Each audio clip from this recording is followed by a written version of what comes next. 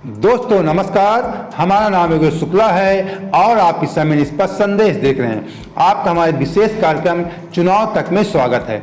इस कार्यक्रम में हम चुनाव से जुड़ी हुई लेटेस्ट जानकारियां ही आपको उपलब्ध करवाते हैं। इस समय 5 राज्यों के चुनाव चल रहे हैं, राजस्थान, मध्य प्रदेश, छत्तीसगढ़, तेलंगाना और मिजोरम, जो नवंबर में होने हैं। तो इनसे जुड़ी जो जानकारियाँ, लेटेस्ट जानकारियाँ होती हैं, उनको लेकर के हम आपके सामने आते हैं। तो इस कार्यक्रम को आपको तो देखना ही चाहिए, साथ ही अपने नाते, रिश्तेदार और दोस्तों को भी दिखाने के लिए आपको हमारे वीडियो को शेयर करना पड़ेगा। और इसी तरह की आप निष्पक्ष खबरों के साथ जुड़े रहना चाहते हैं तो हम आपसे एक निवेदन भी करेंगे। सबसे पहले आप हमारे चैनल को सब्सक्राइब कर लीजिए और अगर आप सक्षम हैं तो हमारे चैनल को ज्वाइन भी कर लीजिए। ज्वाइन करने में मंथली कुछ पेमेंट होते हैं, उसके माध्यम से आप हमारा आर्थिक सपोर्ट कर सकते हैं। अगर ये नहीं कर सकते हैं तो ज्वाइन के नीचे शेयर के बगल में थैंक्स लिखा हुआ है। जैसे आप थैंक्स को टच करेंगे उसमें 40 रुपये का ऑप्शन आएगा, डॉलर का निशान बना होगा। 40 रुपये, फिर 100 रुपये, 200 रुपये से 10,000 तक के मोर को टच करेंगे, 10,000 तक के ऑप्शन आएंगे।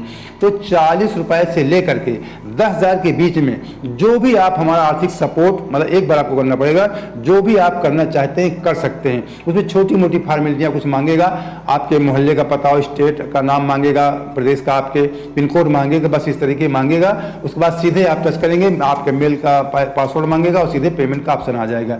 तो उसके माध्यम से आप हमारा आर्थिक सपोर्ट कर सकते हैं। जैसे आप आर्थिक सपोर्ट हमारा करेंगे तो जो भी अमाउंट आप भेजेंगे वो जो कमेंट बॉक्स होता है, जैसे आप कुछ कमेंट लिखते हैं हमारे पास आ जाता है, तो उसी प्रकार कमेंट बॉक्स में हमारे पास सूचना आ जाएगी कितने रुपए का आपने हमारा आर्थिक सपोर्ट किया है।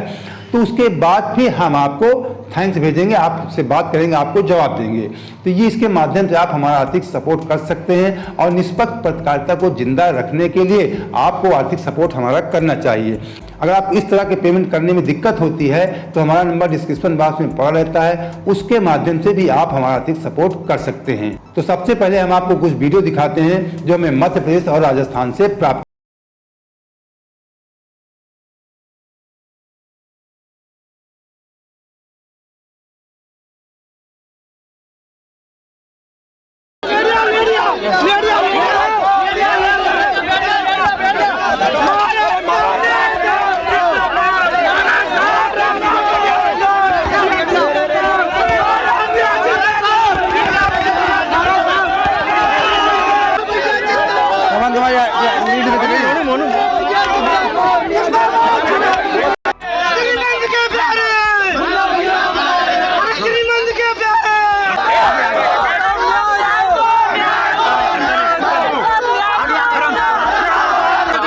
मैं निवेदन कर रहा हूँ महाराज, आप यादव समाज को नहीं दे पाए लेकिन मुन्ना समाज को नहीं दे पाए।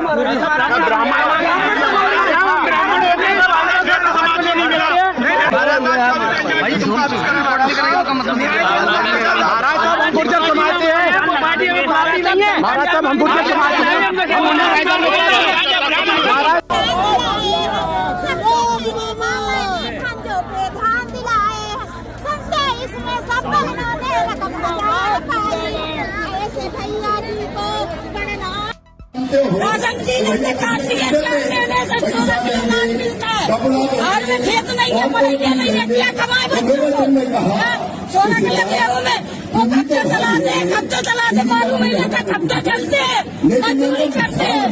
क्या करें, लड़की गरीब की लड़की आज होना चाहिए, क्या करें। हमारा राशन काट दिया पूरा, 25 किलो में 16 किलो गेहूँ मिलता।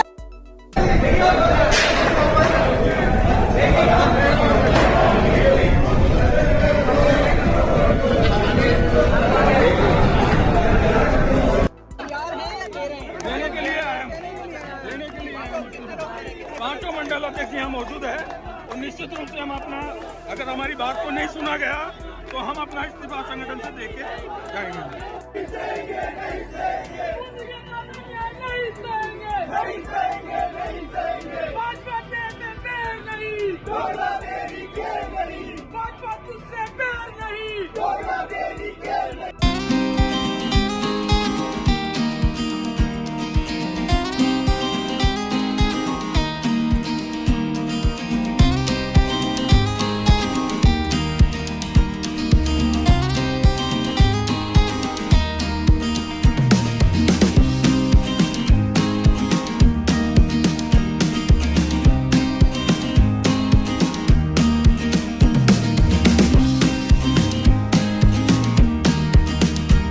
वीडियो देख करके आपको काफी हद तक समझ में आ गया होगा कि राजस्थान में कांग्रेस और बीजेपी में क्या चल रहा है, मध्य प्रदेश में क्या चल रहा है। लेकिन इसके अलावा भी आपको बताएंगे कि किस तरीके फिक्सिंग होती है कांग्रेस की और बीजेपी की।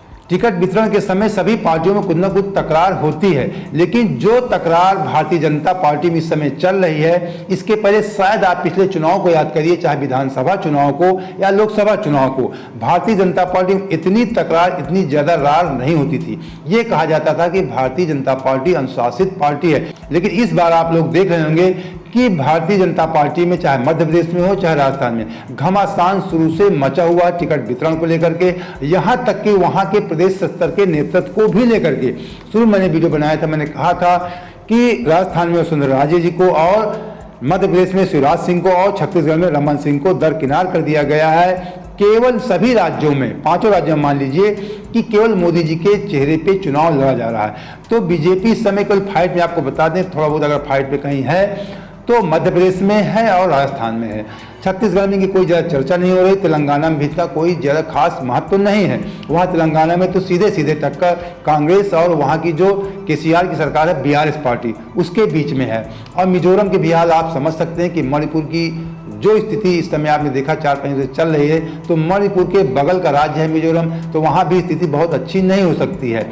तो इस समय बीजेपी में आज स्थिति यहाँ तक बिगड़ गई कि जो मध्य प्रदेश के जो काफ़ी बड़े नेता कहे जाते हैं, वहाँ के राजा हैं, राजा घराना कहे जाते हैं, ज्योतिरादित्य सिंधिया जी, जो कांग्रेस छोड़कर भारतीय जनता पार्टी में गए थे, आज उनके घर के सामने तमाम लोगों ने धरना प्रदर्शन शुरू कर दिया। आपने वीडियो में देखा भी होगा कि उनको दौड़ कराना पड़ा और गेट खुलवा करके अपने गार्ड से फिर किस तरीके उनको मनाना पड़ा। काफ़ी उनको मशक्कत करने के बाद लोग माने। और उसके अलावा भी उनके जो घर था जयविलास पैलेस, उसके सामने लोग आ गए थे और उनके गाड़ी के सामने भी कुछ कार्यकर्ता बताते हैं कि लेट गए थे सिंधिया जी के, और उनके गार्ड से बीजेपी कार्यकर्ताओं ने मारपीट भी किया। तो भारतीय जनता पार्टी में घमासान बहुत ज़्यादा मचा हुआ है। इसी प्रकार आपने देखा कि राजस्थान में वहाँ के कार्यालय में किस प्रकार तोड़फोड़ की जा रही है। राजस्थान में भी इनकी तकरार चल रही है, क्योंकि वहाँ मोदी जी और वसुंधरा राजे में कहीं न कहीं आंतरिक तकरार है। जो पहले कभी कांग्रेस में हुआ करता था, वो इस समय भारतीय जनता पार्टी में हो रहा है। कहने का मतलब हाईकमान शब्द कांग्रेस में काफ़ी इस्तेमाल हुआ करता था, लेकिन इस समय हाईकमान की चर्चा कांग्रेस में कम है, भारतीय जनता पार्टी में ज़्यादा है। सभी राज्यों के जो टिकट वितरण का कार्यक्रम है, विशेष करके हाईकमान ने ही तय किया है। इसी हाईकमान को लेकर के ही ये घमासान मचा हुआ, चाहे राजस्थान हो चाहे मध्य प्रदेश हो। और इसी हाईकमान की वजह से जो वहाँ के क्षेत्रीय नेतृत्व है, वो कमजोर भी पड़ता हुआ दिख रहा है। लेकिन कांग्रेस में ऐसी स्थिति नहीं है। पहली बात तो कांग्रेस में इस बार के चुनाव पे आप लोग ये बात को महसूस भी कर रहे होंगे कि हाईकमान को लेकर और राज्य स्तर के नेताओं को लेकर कोई खींचतान नहीं, कोई तकरार नहीं है। जैसे कमलनाथ या दिग्विजय सिंह या राहुल गांधी के बीच में ऐसी कोई तकरार नहीं है, उसी प्रकार सचिन पायलट और गहलोत को भी लेकर के, कहने का मतलब राहुल गांधी या हाईकमान से कोई ज़्यादा तकरार की बातें सामने नहीं आ रही हैं। तो ये हाईकमान के हस्तक्षेप की वजह से भी भारतीय जनता पार्टी में ज़्यादा घमासान मचा हुआ है। तो अब बात कर लेते हैं चुनावी फिक्सिंग की। तो चुनावी फिक्सिंग जो है ये राजस्थान में है। राजस्थान में विधानसभा की 200 सीटें हैं, जहां पे आपको बता दें 60 सीटें ऐसी हैं जहां पे भारतीय जनता पार्टी की फिक्सिंग है। कहने का मतलब कई बार से केवल भारतीय जनता पार्टी ही जीतती है, और 21 सीटें ऐसी हैं जहां पे कांग्रेस ही जीतती है। तो ये 81 सीटों में चुनावी फिक्सिंग है। कहने का मतलब इनके अलावा कोई दूसरा नहीं जीतता है। बचती हैं 119 सीट। इन 119 सीटों में ही जो मुद्दे होते हैं, उन मुद्दों के आधार पर या विधायक के परफॉर्मेंस, जो लोकल विधायक उसके परफॉर्मेंस के आधार पर ही चुनाव वहाँ पे लड़ा जाते हैं। वहाँ पे परिवर्तन 119 सीटों में परिवर्तन ज़्यादा होता है, और 119 सीटें ही तय करती हैं कि किस पार्टी की सरकार बनेगी। जैसा वहाँ पे एक रिवाज है कि एक बार भारतीय जनता पार्टी, एक बार कांग्रेस का। तो ऐसा लग रहा है कि इस बार इस मामले में जो कांग्रेस कह रही है कि हम इस रिवाज को तोड़ेंगे, फिर से हम सत्ता दोहराएंगे, ये कांग्रेस कह रही है। और भारतीय जनता पार्टी अगर प्रचंड बहुमत लेकर आती है, तो जो फिक्सिंग सीटें हैं उनमें कहीं ना कहीं भारतीय जनता पार्टी को दखल देना पड़े। जो कांग्रेस की 21 सीटें हैं, तभी भारतीय जनता पार्टी को प्रचंड बहुमत मिल सकता है। और कांग्रेस अगर फिर से दोहराना चाहती है, तो जो 119 सीटें आपको बता दें, 119 सीटों में कहीं ना कहीं निश्चित परफॉर्मेंस कहीं ना कहीं खराब होता है, सत्ता को लेकर विरोध होता है। तो जो 119 सीटें हैं जहां पे मुद्दों के आधार पर चुनाव होता है, विधायक के परफॉर्मेंस के आधार पर चुनाव होता है, तो वहां पर भारतीय जनता पार्टी भी कहीं ना कहीं माइनस होगी और कांग्रेस भी माइनस होगी, क्योंकि सत्ता का विरोध हर जगह होता है। तो कांग्रेस को जो भारतीय जनता पार्टी की फिक्सिंग सीट करने का मतलब, मैंने कहा 60 सीट फिक्स हैं, उनमें कांग्रेस को अपनी दखल देना पड़ेगा, वहां पे कांग्रेस को जीत दर्ज करनी पड़ेगी, तभी कांग्रेस की सरकार राजस्थान में बन सकती है।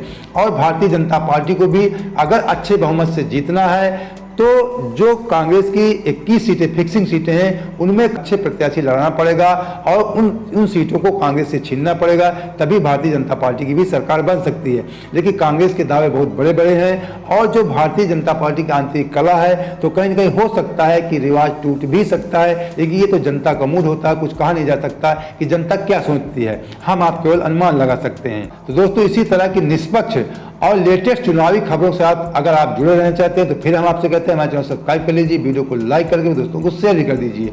जय हिंद, जय भारत।